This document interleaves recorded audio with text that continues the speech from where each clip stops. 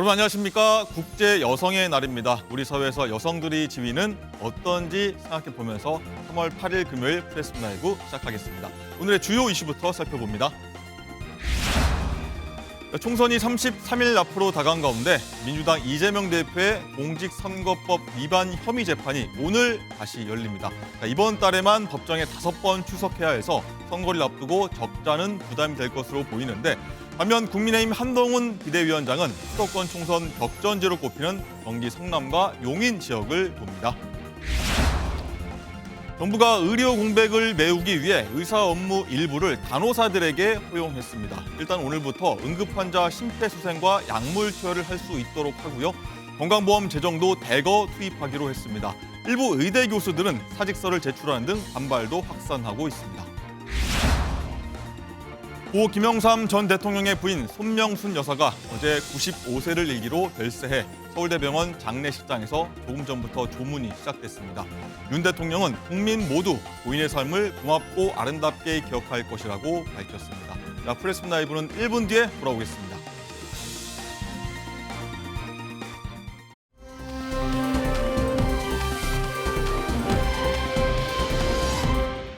네, 프레스 라이브 유튜브 채팅창에서 활발하게 토론하시면요. 시청원 대미 2배, 3배가 될 테니까 많은 참여 바라겠습니다. 저희 프레스 라이브의 뉴스 핵심 관계자분들 나오셨습니다. 안녕하십니까? 안녕하세요. 네, 안녕하세요. 자, 더불어민주당의 20개 지역구 경선에서 비명계 현역이 대거 탈락해서 비명 행사의 밤이라는 얘기가 어제 나왔다고 전해드렸는데 여진이 이어지고 있는 것 같습니다. 비명계는 비명 멸족 수준이다. 반면 친명에서는요. 탈락 자업자득 아니냐 이런 엇갈린 반응이 나오고 있는데 이 오늘 주제부터 살펴보도록 하겠습니다. 자, 장가 기자, 일단 경선 탈락한 비명계 의원들이요 탈당파들하고 좀 달리 경선 결과에 좀 승복은 하고 있어요. 그렇습니다. 박영순, 이수진, 서른 의원들과는 달리 지금 탈당하든 공천에서 배제되든 하면서 당내에서는 더 이상 비명으로 살아남는 게 좀 힘들다 이런 얘기까지 나오고 있습니다. 그래서 당의 잔류한 비명계들은 발언 수위를 좀 조절하는 모양새인데요. 친명 김우영 전 강원도당 위원장에게 진 강병원 의원은 결과에 승복한다라고 언급을 했고요. 또 김대중 전 대통령의 비서였던 남양주을 재선 김한정 의원도 제가 부족했다라면서 승복하는 모습을 보였습니다. 이재명 대표 체포동의안 가결 당시 원내대표였던 박광원 의원은 하위 20% 벽을 넘지 못한 자신의 탓이다라고 밝혔습니다. 아무래도 이번 경선이 당원 50%, 일반 국민 50% 여론조사인데 당원의 역할이 무척 중요하기 때문에 약간의 좀 저자세를 보이는 모양새인데요. 관련된 발언도 들어보시죠. 당의 주인이 누군가를 확인하는 경선 결과 아닌가 싶습니다. 다수의 당원들의 뜻이 있는 거고 평소에 그와 다른 행보를 하셨던 의원님들이 당원들이 결정하는 경선 과정에서 고배를 마신 것이라고 봐야 하지 않겠습니까? 저도 많이 놀랐고요. 그러나 이제 좀 대표적인 몇몇 분은 저처럼 난데없는 아닌 밤에 홍두깨를 이렇게 당한 사람들인데 그런 분들 경우는 그 하위 10%나 20%에 따른 감산, 이걸 무거움을 이겨내지 못하신 것 같아요. 그러나 이것도 또한 우리 당원과 주민들의 결정이시고 그분들의 판단이시니까 존중되어야 된다고 생각합니다. 네, 컷오프나 허위 평가받은 게 아니고 경선을 통해서 당원들과 국민의 평가를 받았기 때문에 승복하는 게 아닌가 이런 생각이 좀 들면서 강선필 부대변인 일단은 친명 의원입니다. 조금 전에 얘기 들었던 김성환 의원은 당의 주인이 누군가를 확인하는 경선 결과다 이런 얘기했고요. 또 비명에서는 또 낙인 찍고 좌표 찍는데 어떻게 이기겠냐 이런 엇갈린 반응이 나오긴 합니다. 어쨌든 그 이재명 대표가 압도적으로 대선 후보가 됐고 대선 후보 이후에 또 대표를 압도적인 당원들의 지지로 되지 않았겠습니까? 그렇기 때문에 아무래도 아직도 이재명 대표를 지지하는 당원들이 많이 있다는 거죠. 그렇기 때문에 그런 당원들이 선택을 한 거고 또 역대 양당이 과거에도 보면 주류와 비주류는 항상 있어 왔고 주류와 비주류 간의 교체 시기가 항상 있어 왔습니다. 과거를 돌아보면 2016년도에 수십 명의 의원이 탈당을 해서 국민의당도 탄생한 거에 비하면 지금의 민주당은 탈당하신 분이 6명밖에 되지 않아요. 그래서 소란스러워 보였지만 점차 소강 상태로 가고 있고 이제 공천이 마무리되면 국민들이 국민의힘이 공천이 잘 됐는지 민주당의 공천이 잘 됐는지에 대해서 다시 한번 판단하실 거라 보고 있습니다. 네, 지켜보죠. 그리고 경선 좀 관련해서 뒷말이 계속 이어지고 있죠. 서정욱 변호사님, 일단은 이재명 대표 작년 체포 동의안 가결 사태가 하위 20% 평가에 영향을 미쳤고요. 거기에 그 후과로 경선에서 좀 마이너스 받은 게 아니냐 이런 얘기도 좀 계속 나오고 있습니다. 실제 이제 그렇다고 봐야죠. 아마 이제 그 당시쯤에 이제 그 의원들 평가를 한 걸로 보이고 특히 이제 그 정청래 최고가요. 뭐냐면 이제 외상값은 반드시 이제 받겠다. 이렇게 경고했잖아요. 결국 이제 하위 20% 보낸 게 바로 이제 외상값을 청구한 게 아닌가 이런 생각이 들고 예. 그리고 이제 박광훈 원내대표는 이제 이거 외에는 설명이 잘 안 돼요. 그때 그 원내대표로서 결과적으로 이제 그 저는 그분은 이제 부결표를 던졌다 봐요. 그렇지만 이제 원내대표로서 종합적인 책임이 있으니까 아마 이제 그 때문에 저는 그 하위 평가를 받은 게 아닌가. 그래서 이제 이분이 원내대표가 하위 20%에 든다? 이거는 이제 상상할 수가 없는 거 아닙니까? 원내대표라는 게 제일 일을 많이 하는데 하위 20%에 들어오고 이게 뭐 3평가 차이 났다고 제가 들었는데 예. 지금 이제 그런 결국은 이제 이재명 대표 체포 동의안하고 연결될 수밖에 없고 저는 이런 식으로 이게 민주당이요 너무 이제 이재명 당으로 이게 바뀌면요 결국 이제 그 중도 확장이라든지 총선에서는 상당히 그 도움이 안 될 것이다 이렇게 봅니다. 어쨌든 이재명 대표의 반응이 좀 궁금한데 어제 경선 결과가 나온 다음 날이죠. 어제 양평을 찾았습니다. 거기서 당원과 국민의 뜻을 반영한 공천혁명이 이루어졌다. 공천혁명이 이루어졌다. 이런 자평을 했는데 한번 듣고 오시죠. 민주당 어제 밤에 참으로 놀랄 일이 벌어지지 않았습니까? 민주당은 당원의 당이고 국민이 당의 주인이라는 사실을 경선을 통해서 증명했습니다. 국민의 선택을, 당원의 선택을 왜 그렇게 폄하하는 것입니까? 네, 어제 경선 결과 때문에 다시 비명 행사 논란 불붙은 거 어떻게 생각하시나요? 잠깐만요. 잠깐만 여러분. 기자는 질문을 할 수 있습니다. 이거는 친명 비명 아무 관계가 없는 것입니다. 지금 이번 민주당의 공천은 혁신 공천 그리고 공천 혁명입니다. 과거 어떤 경선에서도 이렇게 당원과 국민에 의해서 이렇게 대규모로 현역이 탈락한 경우가 없습니다. 네, 강성필 대변인. 일단은 기자가 비명 행사 관련 질문을 했는데 또 야유가 많이 지지자들 사이에서 쏟아졌는데 일단 이재명 대표는 공천혁명이다 이런 표현을 썼는데 뭐 어떻게 좀 받아들여야 되겠습니까? 맞습니다. 이제 역대 현역이 이렇게 많이 배제되거나 컷오프되거나 탈락한 적이 있었겠습니까? 그러니까 이게 어떻게 보면 많은 물갈이가 아무래도 총선 승리에 더 가까워지고 있다는 거죠. 그리고 사실 이 당대표 그러니까 친명 마케팅을 많이 한다고 하잖아요. 네. 양당 모두가 마찬가지인 겁니다. 우리가 얼마 전에도 보니까 국민의힘의 예를 들면은 아니 친윤 마케팅 그러니까 친윤 키워드로 뭐 100회 이상 언론에 보도되신 분들은 45명 정도가 있는데 한 명 빼놓고 다 공천을 받았다는 거 아니겠습니까? 그러니까 이거는 양 당이 당의 주류 세력을 편승을 해서 사실 마케팅을 하는 것은 정치인으로서 선거에 당선되기 위해서는 기본적인 전략으로 보고요. 양쪽 똑같다? 맞습니다. 그리고 민주당 같은 경우는 오랫동안 3회에 걸쳐서 사실 친문 주류 세력들이 공천을 많이 받아왔거든요. 그래서 이게 교체되는 과정이고 하지만 이게 총선이 끝나잖아요. 그러면 결국 친명계도 본류를 타다 보면 친문 세력들이 많이 있어요. 그렇기 때문에 다시 이게 사당화되기는 어렵다. 결국엔 공정한 어떤 당의 결정 구조로 다시 돌아갈 것이다. 그렇게 보고 있습니다. 어떤 친문에서 친명으로 좀 넘어가는 교체식이다 이렇게 좀 네. 보시는 것 같은데 자 오늘 그래서 한번 비명계 쪽에서 얼마나 조금 뭐랄까요 뭐 학살이라는 표현도 많이 언론에서 등장하는데 얼마나 좀 그런 현상이 나타나는지 한번 보려고 하는데 오늘 신문 보니까 비명계 의원 25명 가운데 현재까지 4명만 살아남았다. 경선 일단은 제외고요. 이런 보도가 나온 걸 봤는데 일단은 서정욱 변호사님 일단 당내에서는요 더 이상 비명계로 삼는 게 힘들다 이런 얘기가 나온다고 하는데 어느 후보들은 이렇다고 합니다. 나 비명 아니다. 이렇게 적극 해명까지 나서고 있다고 하는데 이런 현상들은 좀 어떻게 보십니까? 지금 이제 이재명 대표가요 친명이냐 비명이냐는 게 없다고 했는데 예. 근데 왜 하위 20%는 대부분 이게 비명입니까? 하위 20%의 대부분 다 이게 비명이 들어가 있잖아요. 이게 공정합니까? 저는 이 문제를 첫째 지적하고 그다음에 두 번째는 이제 당원과 국민의 뭐 공적 혁명이다 이러는데 하위 20%를 받고 이게 어떻게 경쟁합니까? 하위 20% 없이 현역이 경쟁했으면 많이 이겼을 거예요. 그런데 이미 하위 20%는 이게 거의 치명타를 입고 경선하는데 근데 이 하위 20%를 당원과 국민이 매긴 겁니까? 그게 아니잖아요. 그냥 이재명 대표 측에서 하위 20%를 이게 정한 거 아닙니까? 따라서 이번에 이게 공천 혁명이 아니고 공천 학살이다. 반대 세력을 학살한 거다. 이렇게 보는 게 정확한 표현이죠. 예. 그런 의견 주셨고요.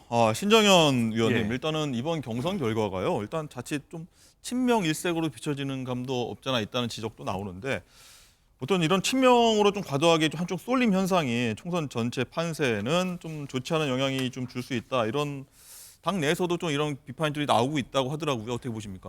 모든 총선은요, 승리의 비법은 중도층을 공략하는 것입니다. 합리적이고 이성적인 중도층을 공략함으로 선거를 승리하는 방식인데 사실 지금의 이재명의 민주당은 중도층 공략은 포기했습니다. 100석 미만으로 얻더라도 이재명의 민주당을 완성하면 되는 당입니다. 아까 김성환 의원이 했던 말 중에 소름 돋는 말이 있습니다. 이제 이 당의 주인이 누구인가가 밝혀졌다. 왜? 맞습니다. 이재명만 지키면 되는 사람들의 당으로 사당화되어버린 겁니다. 그럼 이제부터 중도층이 그토록 기다리는 지금의 기성정당의 내부 성찰, 내부 반성의 모습들은 전혀 보이지 않을 겁니다. 보십시오. 하위 20%로 몰린 사람들 감점 30% 얻죠. 거기에다가 정치 신인으로 분류되었던 친명계 인사들 가산점 20% 받습니다. 거기에 친명 1세계 유튜버들이 누구가 정치 신인이니까 이 사람 뽑아라. 이 사람은 가결 찍었으니까 철저하게 부정해라. 이러한 메시지를 계속 내보내는 이 세 가지 시스템 속에서 누구도 살아남을 수가 없습니다. 자, 지금부터 민주당은요. 민주당이라는 시스템이라는 공천에 가면을 쓰고 오직 내 편만 공청하면 되는 그런 상황입니다. 제가 가장 슬펐던 게 이런 건데요. 제가 현장에서 돌아다니면서 이제 이런 질문을 받습니다. 당신 이재명 지킬 거야? 그러면 뽑아줄게. 이게 바로 지금 민주당의 현실입니다. 네, 강성필 대변인 할 말씀 있으신가요? 네, 뭐 사실관계는 좀 바로 잡아야 될 것 예. 같아서요. 친명이라서 가산점을 받는 게 아니라 신인이나 여성이나 뭐 청년이기 때문에 가산점을 받는 거고요. 이것은 비명이든 뭐 친명이든 똑같이 다 적용이 되는 겁니다. 그리고 비명이라고 해서 뭐 학살이라고 하는데요. 명단을 쭉 세워보잖아요. 그러면 제가 어제 세운 것만 해도 한 약 40명 정도는 누가 봐도 비명이고 친문 주류세력이신 분들도 다 공천 받은 사례가 있다. 이것은 객관적인 자료가 있다는 것을 말씀드리겠습니다. 알겠습니다. 그리고 아까 신 의원님 말씀 중에 당의 주인 누구냐 여기선 좀 여러 해석이 있을 수 있으니까 한번 남겨두도록 하고요. 자, 장가 기자, 이 대표 얘기 나온 김에 이 얘기도 한번 해볼게요. 어제 민주당 경기 수원정 정선에서 박강원 의원을 꺾은 친명 김준혁 한신대 부교수 이분이 과거에 했던 말이 좀 뒤늦게 알려지면서 또 여러 얘기가 나오고 있다고 해요. 그렇습니다. 정치권에서는 이 김준혁 후보가 쓴 책이 경선 승리의 힘이었다 이런 얘기가 나오고 있는데요. 책 얘기군요. 네, 이재명 대표가 대선 후보이던 2021년 8월에 김준혁 후보가 이재명에게 보내는 정조의 편지라는 책을 출간했습니다. 이 김준혁 후보는 수원에서 초중고를 나와서요, 이 수원, 화성, 정조를 오랜 기간 연구를 했거든요. 자, 이 정조가 이재명 대표에게 보내는 편지 형식으로 쓴 책에서 김준혁 후보는 이 대표와 정조의 리더십을 비교하는데요.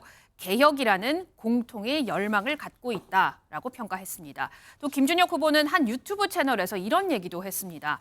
경북 안동에 있는 이재명 대표의 생가를 찾아가 봤더니 거기에 200년이 넘은 큰 소나무가 있더라. 이 소나무의 기운이 이재명 대표에게 간 것이 아닌가 하는 생각이 들었다라고 했는데요. 목소리 한번 직접 들어보시죠. 정말 이런 표현 쓰면 그런데 찢어지게 가난한 집안에서 똥구멍 찢어지게 가난한 그런데 집안에서 거기서 이 나라의 대통령 후보가 됐다.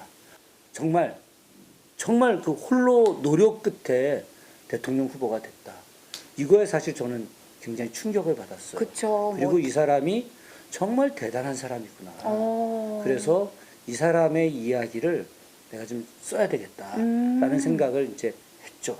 그 생가 자리 지금 완전히 다 쓰러져가는 집이고 그리고 그 집 위에 태어난 자리는 지금 이제 집이 없어 검은색 비닐하우스가 있거든요. 네. 근데 그 비닐하우스 앞에 200년 넘은 큰 소나무가 있었어요. 그 소나무의 기운이 이재명한테 간 게 아닌가 나는 이제 그런 생각이 막 드는 거야.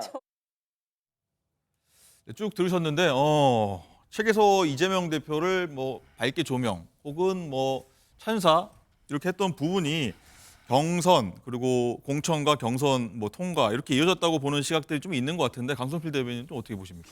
일단 뭐 김준혁 교수가 과거에 이재명 대표에 대해서 저렇게 찬사를 보내는 것은요. 사실 그 민주당의 당원으로서 또 이재명 대표를 또 좋아하면은 그럴 수 있는 부분도 분명히 있다고 봅니다. 그런데 이제 저는 개인적으로 사실 저런 것들은 이재명 대표에게 그렇게 도움은 된다고는 생각하지는 않아요. 하지만 어쨌든 저것은 뭐 개인 유튜브이고 공공적인 장소가 아니었기 때문에 본인의 생각을 그렇게 말한 것이고요. 또 이분이 역사학자지 않습니까? 네. 그렇기 때문에 어쨌든 정조, 그러니까 우리 조선 전기에는 세종대왕, 후기에는 정조의 어떤 훌륭한 성군이잖아요. 그러니까 이러한 것들을 본인의 어떤 전공에 맞게 같이 비교를 하면서 이재명 대표도 이런 개혁적인 군주가 됐으면 좋겠다. 개혁적인 정치인이 됐으면 좋겠다는 바람이지 그 이상은 아닌 것 같다. 그렇게 손흥민 말하고 선수 어떻게 싶습니다. 보십니까? 역작사로서 이재명 대표를 좀 조명한 부분 이게 뭐 공천으로 좀 영향을 미쳤다고 보십니까? 제가 근데 저분하고 유튜브 방송을 몇 번 했는데요. 하셨습니까? 예. 근데 그 정조하고 이재명을 비교하는 게요. 이게 말이 됩니까? 정조는 이제 왕입니다. 그럼 이제 대통령하고 비교하면 모르겠지만 어떻게 기초단체장하고 이제 도지사하고 이게 정조하고 리더십을 기초단체장의 리더십이나 왕의 리더십은 다릅니다. 이 비교 자체가 이제 어불성설이고 그다음에 두 번째 소나무 있잖아요. 이걸 보니까 이게 제2의 안귀령 사태다. 우리 안귀령 이분은 이게 차은우보다 이재명 대표가 잘생겼다. 이 정도는 이게 아부를 해야지 공천 주는데 야 소나무 기운을 받아서 이게 대통령이 대상 이 정도 이게 아부하는 사람 공천 주는구나. 이거는 이게 진짜 저는 이런 식의 공당의 공천이 이루어져서는 안 된다. 이 말씀 드리고 예. 마지막으로 이게 제가 이수정 교수하고 통화를 해봤어요. 네. 어떻게 생각하냐 공천에 아주 좋아하더라고요. 왜냐하면 이게 박광원 이분이 수원에 김진표 의장과 더불어 민주당의 구심점이에요. 근데 김준혁 이분에게 인지도가 박광원하고 이게 비교해보면 아주 낮죠. 상대적으로요? 그렇죠. 원내대표를 한 다선하고 이번에 처음 논 문화 틀리잖아요. 그래서 이제 국민의힘에서는 상당히 고무가 돼 있더라고요. 오히려 이수준 교수도 아주 좋아하고 전체적으로 이게 수원 판세에도 아마 민주당은 악영향을 줄 것이다. 이래 봅니다. 네, 민주당 입장에서는 좀 신선하다, 뭐 어떤 돌풍을 일으킬 수 있으니까 한번 균형감 있게 보도록 하고요. 자, 민주당 이제 공천 마무리 수순에 돌입해서 다음 주에는 선거대책위원회 어떤 선대위로 출범하고 본격적인 총선 모드에 들어간다고 합니다. 장가 기자, 총선 모드로 들어가는데, 죄송합니다. 강성필 대변인께 여쭤볼게요. 이 선대위원장이 이제 윤곽을 좀 드러낼 것 같다고 하는데 여러 인물 지금 등장을 합니다. 이해찬 전 대표, 임종석 전 실장, 이탄희 의원. 현실적으로 좀 가장 누가 좀 가능성이 있다고 보십니까? 저는 개인적으로 이 세 분이 함께 공동 선대위원장을 했으면 좋겠어요. 왜냐하면 각자의 역할이 있거든요. 그러니까 아무래도 이재명 대표가 본인의 어떤 선거도 준비를 해야 되지 않겠습니까? 그렇기 때문에 이해찬 대표는 그야말로 선거의 백전노장입니다. 그렇기 때문에 강력한 리더십을 바탕으로 민주당의 선거를 제대로 지휘할 수가 있고요. 임종석 전 비서실장이 공동 선대위원장이 된다면 친명과 친문 간의 갈등의 소란이 있었지 않습니까? 이것을 봉합하는 이미지를 유권자들한테 보여줄 수가 있고 네. 마지막으로 이탄희 의원 같은 경우는 민주당에서 법사위원들 중에서 한동훈 잡는 게 이탄이란 말이 있을 정도로 되게 네. 유명한 설화가 많이 있습니다. 그래서 또 중도층에 서구하는 전달력도 있기 때문에 또 본인이 최선이지만 또 먼저 내려놓는 희생도 내려놨기 때문에 이 세 분이 같이 하면 어떤 여러 가지 세대 간의 조화도 이루어지면서 좋은 모습이 그려질 걸로 예상됩니다. 뭐 지금 언급한 분들 중에 이탄희 의원 같은 경우에는 선대위 관련해서 한번 언급한 부분이 있는데 한번 듣고 얘기 나눠보도록 하겠습니다. 그런데 위법 소지에는 형사법, 민사법 뭐 몇 가지 없지 않습니까? 그렇지만 이 포함되는 거 아닙니까 사실상? 인사 검증을 하는 오를 정도의 분들이 경우에 명백하게 이제 형사 처벌을 할 수 있다라는 정도의 내용이 나올 분들이 많지는 않을 거고요. 거기에 대해서 이 이슈가 법적으로 문제가 그런데 장관님 되는지 죄송하지만 그 동문서답인 것이 저는 그 판단의 형사 처벌 여부에 대한 판단도 같이 하시느냐는 걸 물어보고 있는 겁니다. 결과적으로 있냐 없냐에 안 합니다. 안 해요. 위법 여부만 판단합니다. 정확하게 어떤 부분이 위임에 어긋난 거냐면 짚어주시면 좋겠습니다. 아니, 위임이 그렇게 어긋나는 게 변죽을 아니고요. 울리지 마시고 구체적으로 뭐가 잘못된 것인지를 설명해 주셔야지. 지금 그냥 무슨 법무부도 꼼수다 이런 말 하지 마시고요. 법무부도 의원님께 제가 이거 한번 여쭤보겠습니다. 의원님 그럼 이거 저한테 질문하시는 시간이 아니고요. 죄송하지만 아니죠. 이건 어차피 장관으로서 해석에 제 대한 질문에 부분이니까 답변을 서로 얘기할 수 있는 주셔야 부분이라고 봅니다. 국민들께서 법무부에서 이 법에 대한 어떤 해석을 가지고 있는지 이해할 수가 있습니다. 혹시 제가 하실 그럼 말씀 충분히 지금 없으신가요? 설명 들었다고 생각합니다. 네, 이탄 의원이 과거 법사위에서 한동훈 당시 장관과 전 장관과 아무튼 공방을 벌이는 모습이었는데 일단은 손석희 변호사님, 일단은 임종석 전 실장 얘기도 나왔습니다. 근데 본인은 일단 족저근막염 발병으로 좀 쉬고 싶다, 좀 맞고 싶다 않다고 좀 완곡하게 표현하는 것 같은데 이탄 의원 방금 얘기 들었고 누가 제일 가장 적합하다고 보십니까? 지금 이제 적합한 사람이 없죠. 없다. 왜냐하면 이게 선대위원장은 중도로 더 나아가서 이게 합리적 보수까지도 아우를 수 있는 외연 확장할 수 있는 이런 분이 선대위원장을 해야 되는 거예요. 국민의힘 같으면 인유한 위원장이 좋은 분이죠. 그분은 이게 중도로 징계하는 거예요. 그런데 이해찬 대표가 중도에 소구력이 있습니까? 그런 게 없다 봐야죠. 유시민 이사장도 마찬가지고. 그다음에 저는 가장 적임자는 그렇다면 이게 김부겸이죠.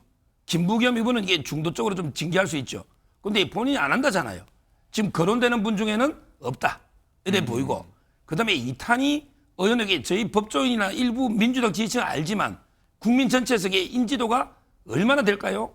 저분이 처음에 공황장애로 의정활동 거의 못했어요. 그리고 이번에 갑자기 뜬금없이 뭐 위성정당 한다고 불출마를 해버린 거예요. 민주당 지지자들도 어이없어 하더라고요. 본인이 뭐 험지로 가가 한석 뺏어오면 몰라도 불출마 자체가 이게 무책임한 행동 아닙니까? 위성정당 한다고. 따라서 이제 저분이 뭐 위원장이 될지 안 될지 모르지만 제가 보기에 중도나 이쪽 확장은 어렵다. 이래 봅니다. 그럼 누굴 좀 추천하시겠습니까? 김부겸요. 김부겸 총리를 추천하시겠다. 신정현 위원도 한 말씀 하시죠. 김부겸 총리 절대 안 할 겁니다. 추천은 해도 작년 12월이었나요? 이낙연 대표랑 회동하는 자리에서 지금의 민주당에 내가 부역하는 일은 절대 없을 것이다. 이런 얘기를 했거든요. 예. 그 표현의 내막에는 바로 지금과 같은 위성정당으로 민주당의 정신을 깎아먹는 일, 이재명의 사당화로 민주당의 전통과 가치를 부셔버리는 일, 그 일에 선대위원장이라는 이름으로 포장하는 데 앞장서지 않겠다라는 것이거든요. 아마 그러한 마음은 이탄희 의원이나 임종석 의원 크게 다르지 않을 거라고 보고요. 그나마 이해찬 의원이 내가 수습할게라고 나설 수는 있겠지만 그것으로 인해서 중도의 소구력이 있는 민주당의 선거를 성공적으로 치러내기란 불가능할 거다. 이렇게 생각합니다. 네.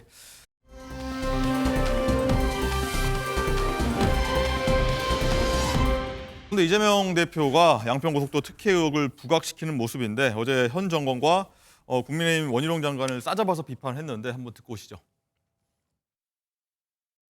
국정농단이라고 하는 대표적 사례가 바로 이 양평고속도로 종점 변경 사건이라고 생각합니다. 김성교 전 의원이 공천을 받고 이 양평고속도로 이 종점 변경안에 대해서 책임이 없다고 할 수 없는 원희룡 전 장관도 공천을 받았습니다. 돈 봉투 받은 사람도 영상까지 찍혔는데 돌려줬다고 주장을 하면서 또 공천받습니다. 탄핵을 엄호하는 사람도 공천받습니다. 대체 국민의힘은 이런 분들 내세워서 국민에게 심판받겠다는 것인데 과연 그게 국민에 대한 도리냐 이런 생각이 듭니다. 그러면서도 민주당 비난하기 바쁩니다. 최근에 민주당 이재명 대표 공천 논란이 좀 있었는데 공천 파동으로까지 불렸지 않습니까? 강성필 대변인 어떻게 보십니까? 이제 양평고속도로 특혜 의혹으로 정권 심판론으로 좀 다시 이슈를 좀 돌리겠다 이런 취지로 봐야 될까요? 네, 이제 뭐 공천이 거의 끝나가니까요. 다시 이제 윤석열 정권을 왜 심판해야 되는지를 국민들께 알려야죠. 근데 그 가운데 이제 양평고속도로가 있는 겁니다. 이 양평고속도로는 두 가지 의혹이 있죠. 하나는 대통령의 처가 땅으로 종점이 갑자기 변경된 것이 아니냐라는 의혹이 있고 두 번째로는 그 가고 있는 고속도로에 휴게소가 생겼는데 그 휴게소를 운영하는 어떤 지인이 대통령과 좀 가깝다는 얘기가 있습니다. 또한 이것을 운영하는 방식도 기존의 도로공사가 했던 방식과 조금 다른 면이 있어서 이것은 지금 의혹 수준이기 때문에 이것을 제대로 검증해서 국민께 알려야 된다는 것을 우리 민주당이 앞장서서 하겠다 그런 취지입니다. 네, 이재명 대표 얼마 전 최근 얘기죠. 거기에 이제 원희룡 장관이 좀 사실과 다른 부분이 있어서 허위 사실 공표로 좀 고발한 부분도 있긴 한데 서정욱 변호사님 어떻게 보셨습니까? 들으셨어요? 강성필 대변인 말씀?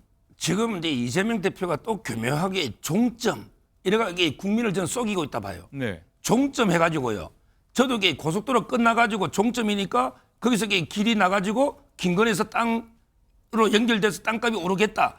저도 처음에 이렇게 쏘았다니까요. 종점이 아니고 분기점. 분기점. 이 말은 이게 고속도로하고 고속도로가 만나는 그러면 이게 계속 가는 거죠. 분기점이니까. 근데 IC하고 달라 JC라 합니다. 이 말은 이게 진입로나 나오고 들어간 게 없어요. 이게 가까이 오면 집값 떨어집니다. 왜? 시끄럽잖아요. 그다음에 위에서 보면 환경 사생활 침해되잖아요. 그 분기점 옆에 땅 사람의 앵커님 사겠습니까? 그러니까 처가댁에 땅값 올려주려면 IC를 만들어가 진입로를 앞에 만들어줘야지. 거기 분기점 하면요. 땅값이 떨어지고 오히려 처가댁을 빤 맞는다니까요. 이게 땅값을 이거는 괴담 중에 괴담이다. 이재명 대표 종점이라 하지 말고 분기점이라고 정확하게 표현하시라. 이렇게 촉구하고 네. 그다음에 이게 원희룡 장관 오기 전에 여러 데 군수나 양평에서 이란 논란이 많은데 원희룡 장관하고 이게 관계도 없는 걸 의혹 제기해서 고발한 거죠. 고발했다는 거. 이걸 말씀드리고 마지막으로 이게 양평에 김건희 여사가 이게 대대로 살아온 분이에요. 일가들 땅이 군데군데 흩어져 있습니다. 네. 꼭 분기점 옆에만 있는 게 아니고 이쪽 안에도 있고 군데군데 흩어져 있으니까 어느 한쪽 땅을 올리려고 옮긴다? 이거는 괴담 중에 괴담이다. 땅이 나면 제대로 조사해 보세요. 네. 자, 선거운동 지금 계속 화면 보면 이재명 대표가 쭉 하는 모습 볼 수 있는데 이 얘기 나온 김에 손정욱 변호사님, 오늘부터 이재명 대표의 재판이 재개가 됩니다. 이번 달에만 5차례가 예정돼 있어서 본인 선거운동은 물론 다른 후보들 지원 사격이 좀 애를 먹을 수 있다는 관측도 나오는데 어떻게 보십니까? 그렇죠. 바로 근데 이거 선거는 해도 재판은 이게 그대로 진행됩니다. 재판은 사법하고 이제 그 정치는 전혀 별개의 영역이기 때문에 아마 이제 선관대에서 재판부가 이게 그걸 고려해서 날짜를 이렇게 지정하는 배려할 수 없다. 단호하게 그 말하고 있거든요. 네. 그렇다면 이제 그 일주일에 최대 3번, 최대 3번인데 재판하면 이게 거의 하루 종일 해야 됩니다. 정의신문은. 그러면 이게 재판이 없는 날은 자유로울까요? 재판 준비해야죠. 정의신문은 어떻게 할 건지 변호사하고 이게 피고인이 상의를 해야 되잖아요. 재판 준비를 하죠. 그렇다면 이게 거의 뭐 서초동에 출마해서 몰라도 개항을 해도 갈 틈이 없을 거고 아마 이제 전국 지원은 어림도 없다. 거의 서초동에서 절반 이상 묶여 있을 것이다. 이래 봅니다. 네.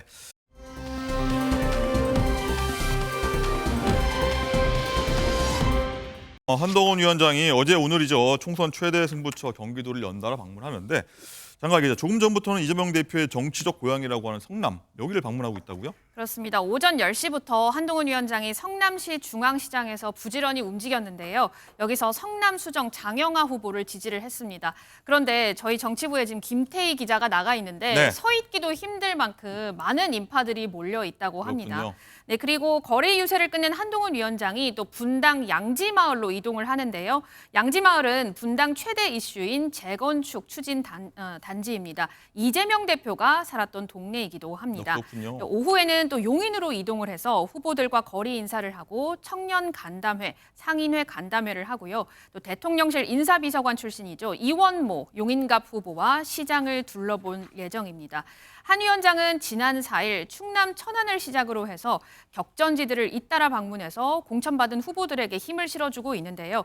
어제는 경기 수원을 찾았습니다. 수원 같은 경우에는 20대 그리고 21대 총선에서 민주당에게 5개 선거구를 모두 뺏겨서 국민의힘이 열세를 면치 못하던 곳인데요. 한 위원장이 이곳에 가서 강력히 지지를 호소했습니다. 목소리 들어보시죠. 이 수원을 굉장히 오랫동안 석권하면서 장악해 왔습니다. 그러면 그동안에 그 민주당 의회 권력이 이 수원에 해준 게 뭐가 있습니까? 하기 싫어서 안 한 겁니까? 아니면 할 능력이 안 돼서 못한 겁니까? 3호선이 이곳으로 와야 되지 않겠습니까? 네! 우리와 협력할 생각이 없습니다. 그러니까 지방정부와 협력하겠다는 생각은 공연부리되기 쉽습니다. 그래서 우리는 중앙정부가 지방정부를 끼지 않고 수원 같은 지역을 직접 지원할 수 있는 법률 개정안을 발의할 것입니다. 네, 쭉 들으셨는데 손정욱 변호사님, 일단은 민주당이 해준 게 뭐 있냐? 수원 지역구에 얘기를 했는데 지난 총선에서 수원 지역구 5석 모두 국민의힘이 내줬지 않습니까? 그래서 공세를 좀 더 높이는 것 같아요. 더. 지금 수원은 이제 우리나라 기초단체 중에서 유일하게 의석이 5석이고요. 그다음에 경기도의 정치 1번지입니다. 정치 1번지. 그런데 4년 전에는 5대0으로 국민의힘이 참패를 했죠. 근데 한동훈 위원장의 말은 그동안 이게 5대0으로 의원이 있었는데 수원이 뭐가 변했느냐? 이걸 지적하는 거예요. 그리고 이제 국민의힘은 집권 여당이잖아요. 집권 여당의 약속은 실천인 거예요. 야당의 약속은 사탕발림이에요.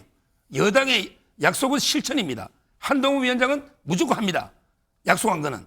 따라서 이제 그 공약을 지금 철도 지하화부터 여러 공약을 내놨고요. 아마 이제 이번에는 상당히 인물이 좋아요.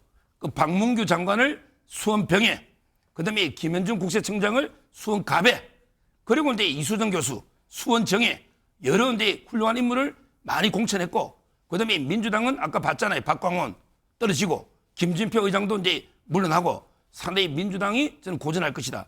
이번에는 이게 수원성 전투는 국민의힘이 상당히 선전할 걸로 예상이 됩니다. 선전할 거다.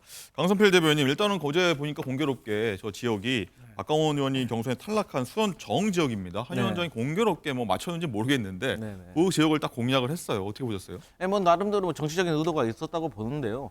결국에 저는 그렇습니다. 한동훈 비대위원장이 여기 가서 이 약속, 저 약속 하는데 대표적으로 저는요, 김포시 편입과 경기 남북도 어떤 분도에 대해서 말씀드리고 싶어요. 그러니까 정책에 대해서 약간 이해도가 좀 떨어지신 것 같아요. 왜냐하면 이 김포시 편입이라든지 그것을 이미 목련꽃 필 때 곧 있으면 4월입니다. 어떻게 됩니까? 그런데 막 약속을 하시는 거예요.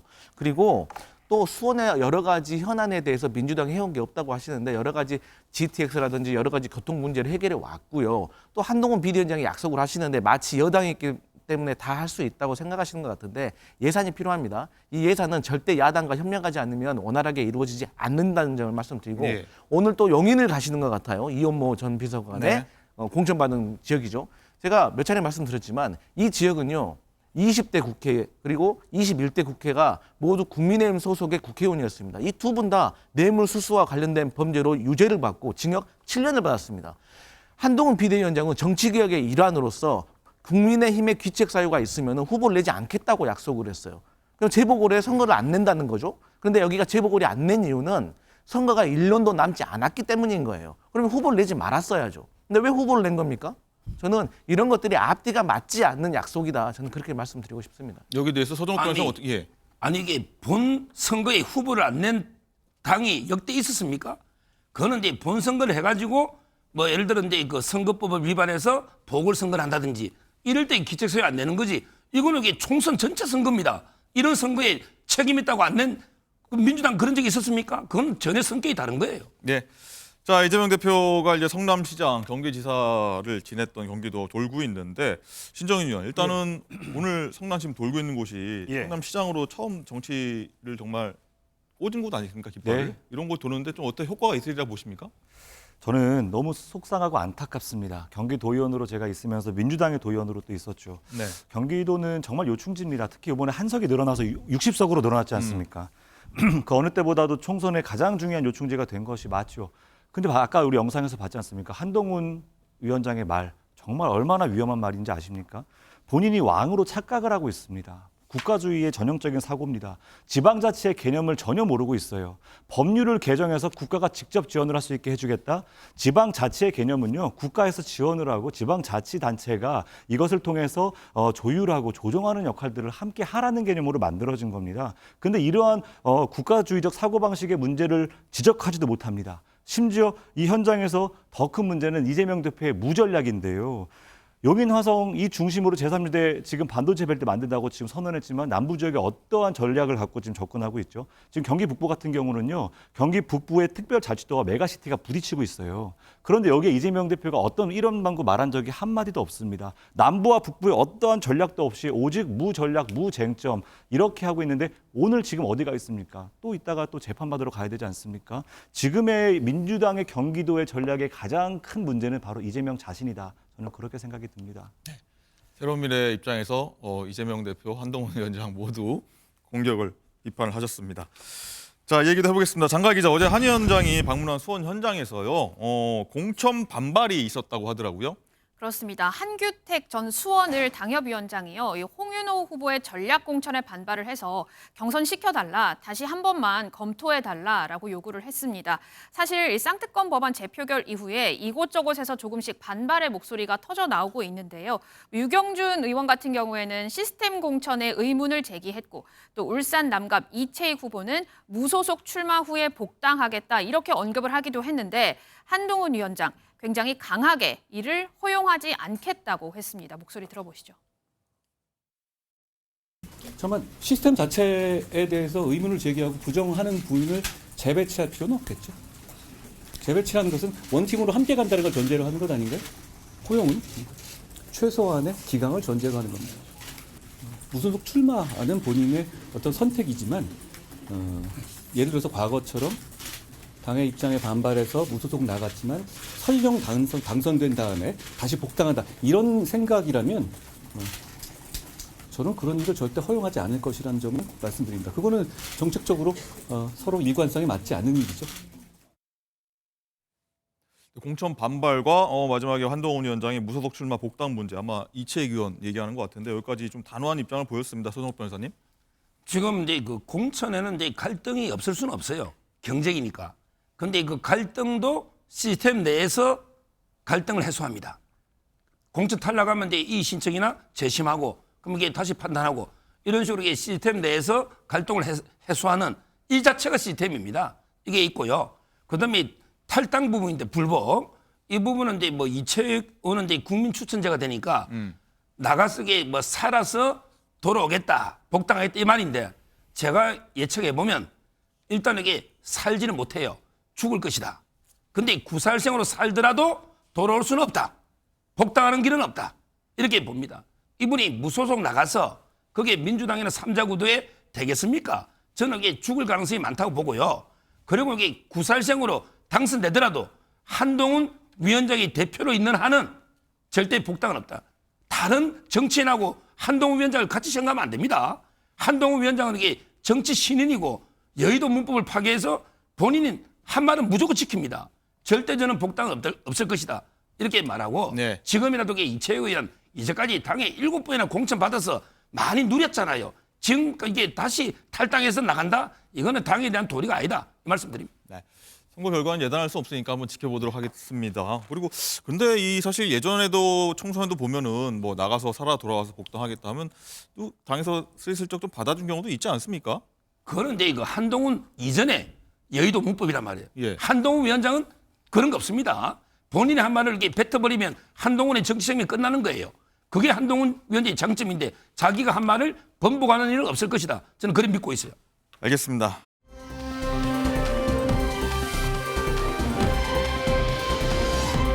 장하 기자, 또 한편으로는요, 공천받은 후보와 또 관련된 논란이 또 하나 나왔다고 해요. 그렇습니다. 이 탄핵 심판 사건에서 박근혜 전 대통령을 대리했던 도태우 변호사와 관련된 논란인데요. 도태우 후보 대구 중남구에 공천을 받았죠. 그런데 5.18 민주화 운동을 놓고 북한의 개입 가능성 등의 발언을 했습니다. 이를테면 북한 개입 부분은 좀 더 열린 마음으로 충실히 점검해 볼 필요가 있다. 5.18은 자유민주화적 요소가 있긴 하지만 북한 개입 여부가 문제된다는 것이 상식이다라고 주장을 했습니다. 한동훈 위원장은 과거에 이렇게 극단적인 언행을 하는 인사들을 크게 경계한다는 발언을 한 적이 있거든요. 이 목소리도 들어보시죠. 국민들이 전혀 공감하지 않으시는 극단적인 혐오의 언행을 하시는 분들은 우리 당에 있을 자리가 없을 겁니다. 네, 강선필 대변인, 일단은 5.18 민주화 운동 관련해서 북한 개입 관련 문제 굉장히 좀 민감한 부분을 건드렸는데 나왔습니다. 이 문제가. 강선필 대변인, 어떻게 좀 문제가 있다고 보십니까? 어떠십니까? 아주 큰 문제죠. 그러니까 이분이 5.18 성역화는 자유민주주의와 양립이 불가능하다라고 말씀을 하셨어요. 근데 그 외에도 막말이 많아요. 근데 대표적으로 한 줄 제가 뽑아봤는데 여기에 대해서는 한동훈 비대위원장도요.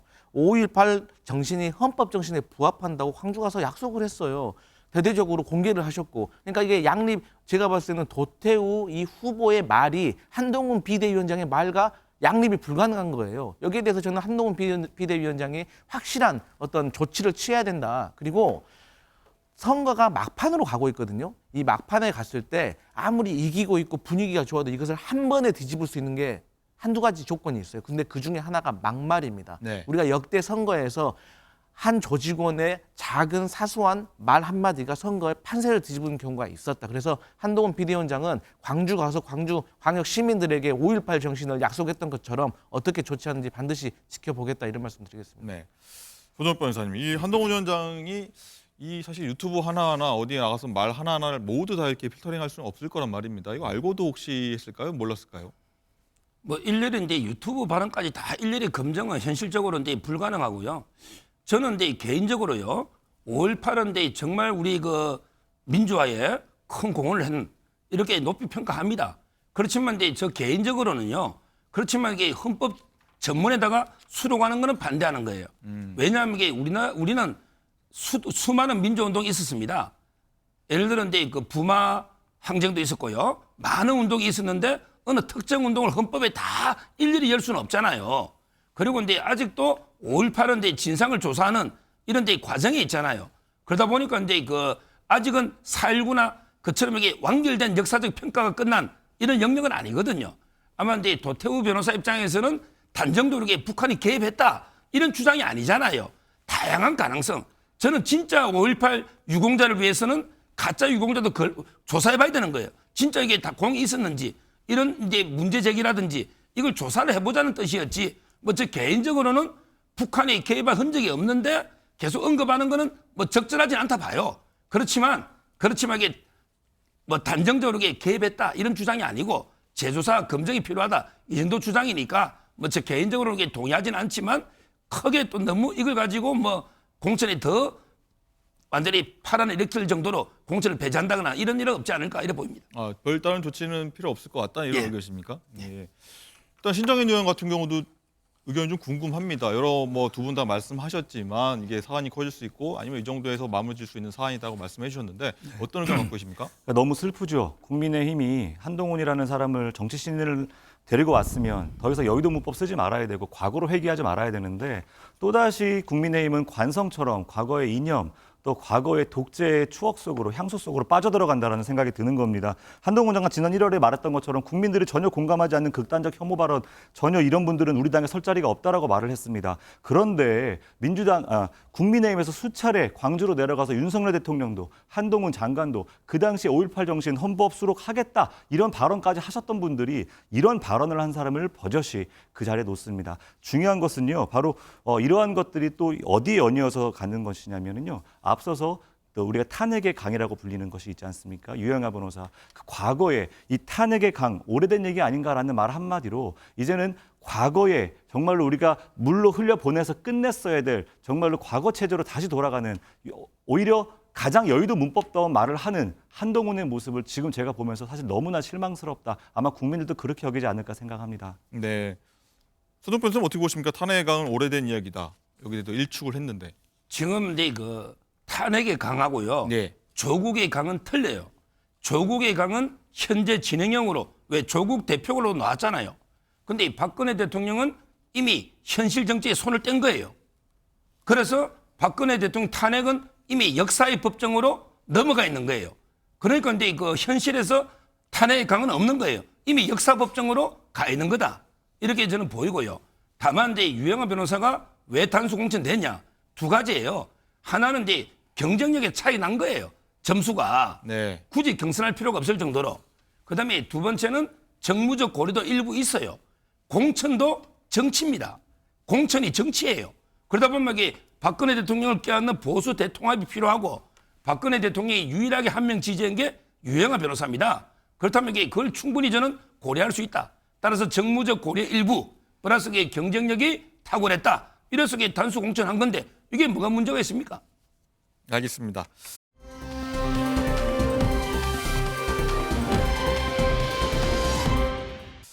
자, 이번엔 명령대전이 펼쳐지고 있는 인천 계양으로 한번 가보도록 하겠습니다. 장가희 기자, 일단 원희룡 후보가요. 요즘 후원회장 맡고 있는 전 국가대표 이천수 씨 함께 계속 다니면서 저희가 보고 있는데 좀 웃지 못할 장면이 어제 좀 연출됐다고 해요. 그렇습니다. 이천수 선수와 원희룡 후보가 어제 인천의 한 초등학교에 등굣길 유세를 갔습니다. 물론 이 네, 선거권이 없는 어린아이들의 표심을 잡기 위해서가 아니라요. 학부모님들에게 인사를 하기 위해서인데요. 저렇게 사진을 보시면 원희룡 후보는 초등학교 앞에 가만히 서 있고요. 저기 사람들이 구름대같이 몰려 있는데 중간에 빨간색 목도리를 맨 이천수 선수가 보이죠.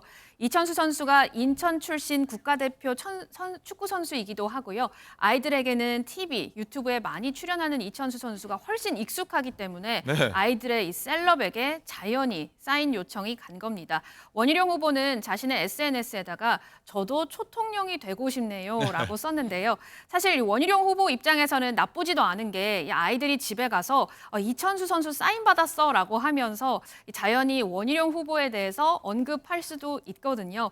또 어린애들에게 애들은 저리 가라 이게 아니라 네. 우리에게 사인도 해주고 좀 잘 대해줬다라고 하면은 자연히 학부모들도 좀 호감을 가질 수 있기 때문에 원 후보가 이렇게 등굣길 굴욕을 SNS에 올린 건 오히려 좀 좋은 전략이었다라는 분석이 나오고 있습니다. 네. 초통령이 되고 싶다는 원희룡 후보였는데 그런데 장가 기자 좀 위험한 일도 좀 어제 있었다고 해요. 그렇습니다. 유세를 하다 보면 이 상대당을 지지하는 주민들이 조금 욕을 하거나 과한 언사를 할 때도 있는데요. 네. 원희룡 후보의 후원회장 이천수 씨가 선거 운동 중에 폭행을 당했다는 일이 원희룡 후보의 SNS에 올라왔습니다. 이 글을 보면 어제 계양역에서 출근 인사를 하던 당시에 한 남성이 이천수 씨에게 악수를 청하면서 손을 잡고는 허벅지를 무릎으로 가격했다고 합니다. 예. 또 오후에는 한 남성이 드릴을 가지고요. 이천수 씨 가족들이 어디 사는지 다 안다면서 협박까지 하는 일도 있었습니다. 굉장히 좀 위험한 일이 좀 벌어졌는데 이거 관련해서 조금 전에 윤재욱 원내대표가 여기에 대해서 좀 우려의 목소리를 낸 게 있는데 한번 듣고 오겠습니다.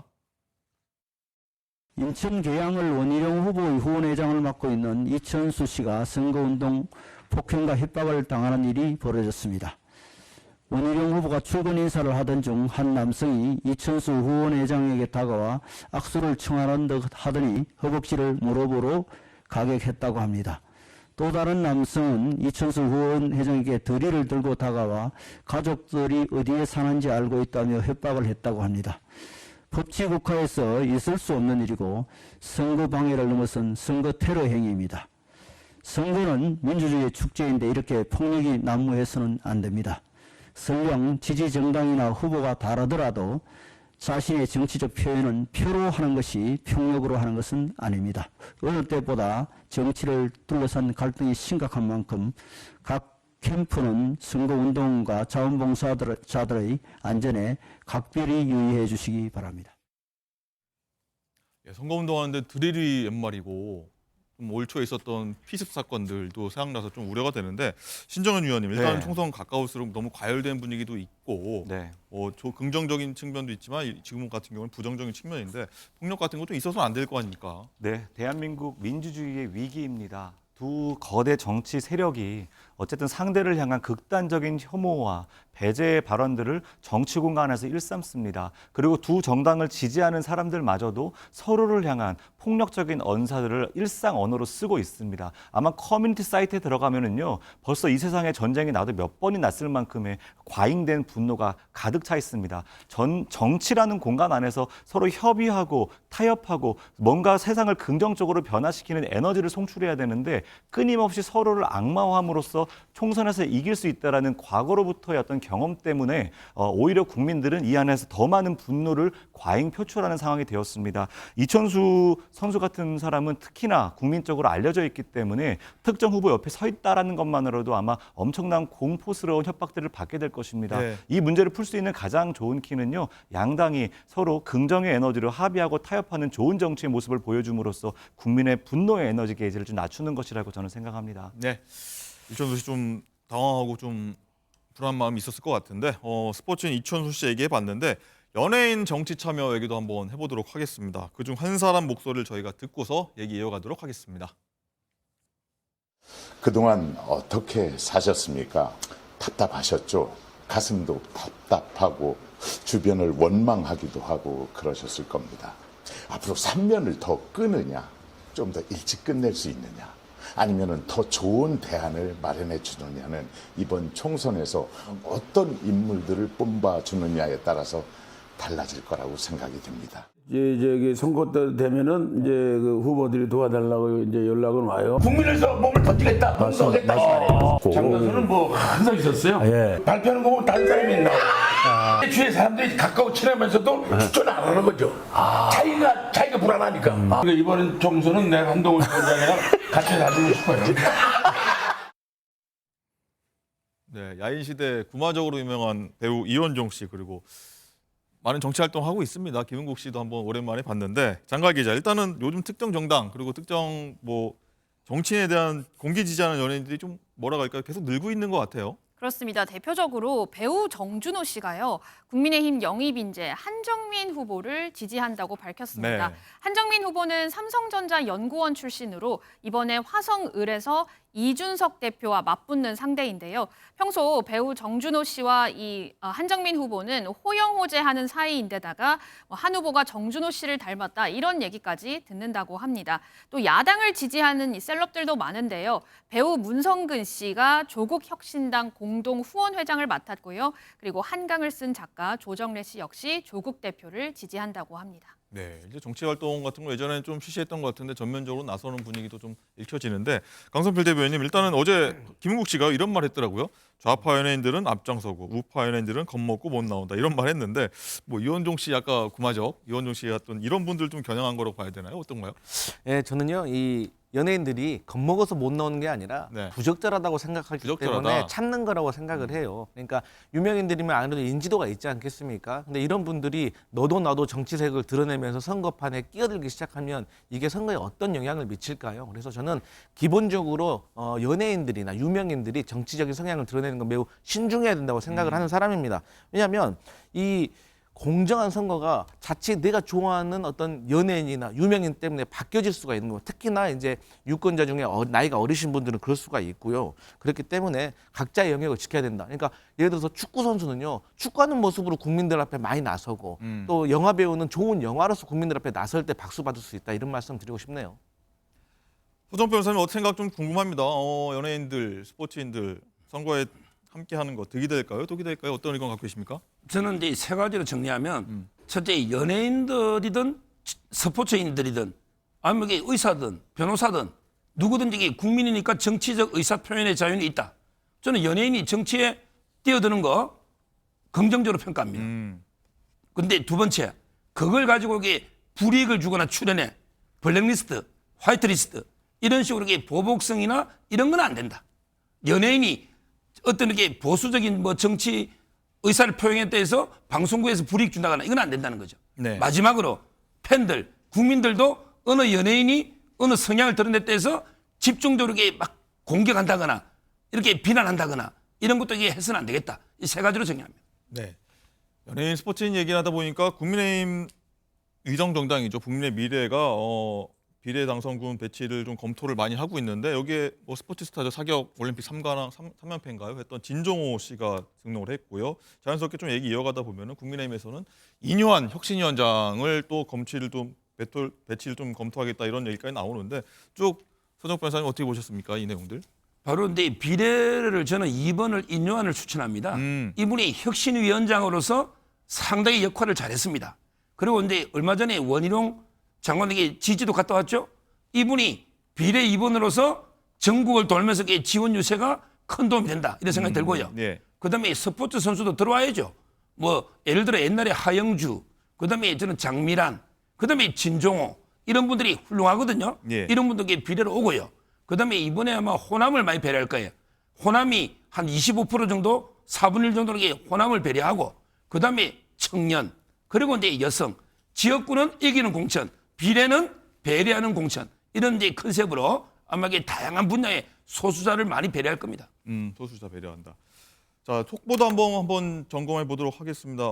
강성필 대변인 일단은 민주당이 조금 아까 저희가 선대위원장 얘기했는데 김부겸 전 총리에 대해 선대위원장을 제안했고 김부겸 총리가 좀 막판 고심할 거라 했는데 아까 얘기 나왔습니다만 어떻게 보십니까? 아까 신정현 의원 같은 경우는 절대 안 할 거라고 말씀하셨는데 뭐 김부겸 전 의원께서 전 총리께서 많이 고민을 하시겠죠. 그런데 저는 그렇습니다. 정치에 절대라는 건 없어요. 그리고 어쨌든 이 선대위라는 것이요. 뭐 이미 뭐 정세균, 김부겸 뭐 여러 가지 여러 분들에 대해서 저희가 고민을 하고 있지만 이 선거에 지금 컨셉에 맞게 가는 게 중요하거든요. 그래서 뭐 유시민 작가까지도 지금 많이 나오고 있잖아요. 그렇기 때문에 저는 앞서 말씀드렸듯이 어떤 이해찬 그리고 임종석, 어떤 이탄희 이런 정도의 조화로운 조화가 저는 민주당의 중도 확장도 되고 또 당내 분열도 어떤 봉합됐다는 분위기도 주는 어떤 좋은 시그널이 될 거라고 보고 있습니다. 네. 신 의원님 다시 한번 여쭤봐야 될 것 같아요. 예. 김부겸 총리가 안 할 거라고 확신했다고 하셨는데 일단은 예. 민주당이 현재 상황 보면은 여론조사 보면은 뭐 하락한 것도 있고 다른 여론조사 보면 또 민주당이 또 앞선다는 얘기도 많이 있는데 예. 여기서 김부겸 전 총리도 어떤 역할을 해야 되는 거 아니냐 한번 마지막으로 고심을 할 것 같긴 하거든요. 네, 그 고심으로 끝으로 어쩌면은 김부겸 전 총리가 쌓아왔던 정치 자산이 다 소진될 수도 있습니다. 왜냐하면 그분이 지켜왔던 것이 민주당의 정신이었고 가치였기 때문에 그렇습니다. 하지만 지금의 민주당은 그분이 지켜왔던 진짜 민주당의 모습과 너무나 다릅니다. 지금의 모습은 이재명의 사당화된 민주당의 모습을 김부겸이라고 하는 사람의 포장지로 더 씌울 뿐입니다. 안에 오물이 가득한데 그 앞에 포장지를 쌓는다고 냄새가 없어지는 것은 아니시거든요. 저는 오히려 총선 이후에 무너져가는 민주 진보 진영의 재건에 김부겸 전 총리가 앞장서주는 것이 당신의 정치의 비전과 또 철학에 부합한다. 이렇게 좀 조언드리고 싶습니다. 네. 이것도 하나만 짧게 한번 뉴스라서 한번 짚고 넘어갈 텐데 강성필 대변인 일단 검찰이 어제 대통령 기록관 압수수색을 했습니다. 총선 코앞에서 임종석 전 실장, 조국 전 실장, 조국 혁신당 대표도 지금은 여기 대해서 좀 재수사를 들어갔다고 하는데 뭐 공교롭다고 하고 좀 당사자의 반발도 많이 나오고 있습니다. 좀 이 부분 어떻게 보십니까? 네, 저는 총선을 한 달여 앞두고 이러한 압수수색이 벌어진 거에 대해서 정치적 의도가 있지 않나라고 강하게 의심을 할 수밖에 없다. 그러니까 저희 민주당으로서는 지금 예를 들어서 김혜경 여사 법화와 관련돼서는 연일 검찰이 뭐 수사를 하고 뭐 기소를 하고 뭐 이렇게 상황이 벌어지고 있지만 김건희 여사와 관련돼 가지고는 주가 조작과 관련돼서는 뭐 수사도 제대로 된 뭐 기소도 이게 없는 거거든요. 그렇기 때문에 저희로서는 이에 앞서서 이제 문재인 전 대통령까지 포토라인에 세워서 야당을 압박하려는 거 아니냐 이렇게 강하게 의심할 수밖에 없고 이러한 것들은 결국에는 다 사필 규정으로 결말이 지어질 것이다 그렇게 보고 있습니다. 서정욱 변호사님 생각 좀 궁금합니다. 앞서 재판 영향으로 좀 재수사가 이어졌다는 분석이 많이 있지 않습니까? 검찰 입장에서는 앞서 재판이 있으니까 우리 할 수밖에 없어 이런 입장인데 총선 앞두고 이런 나오는 상황 어떻게 보십니까? 이거는 이제 그 옛날에 임종석, 조국 강하게 의심이 된다 했는데 그때 그 추미애 장관이 수사팀을 공중분해시켜 버린 거예요. 그때 그래서 이제 그 수사가 미완이었고 이제 고검에 항고하니까 고검에서 이제 재기 수사 명령을 내린 거예요. 내리니까 이게 어쩔 수 없잖아요. 그래서 50일 만에 압수이 들어간 거지. 정치적 고려는 일체 없다. 서초동하고 여의도는 이제 거리가 멀수록 좋아요. 네. 따라서 이게 수사하는데 무슨 이게 정치 고려합니까? 그냥 수사는 수사대로 원칙대로 간다. 이렇게 보시면 돼요.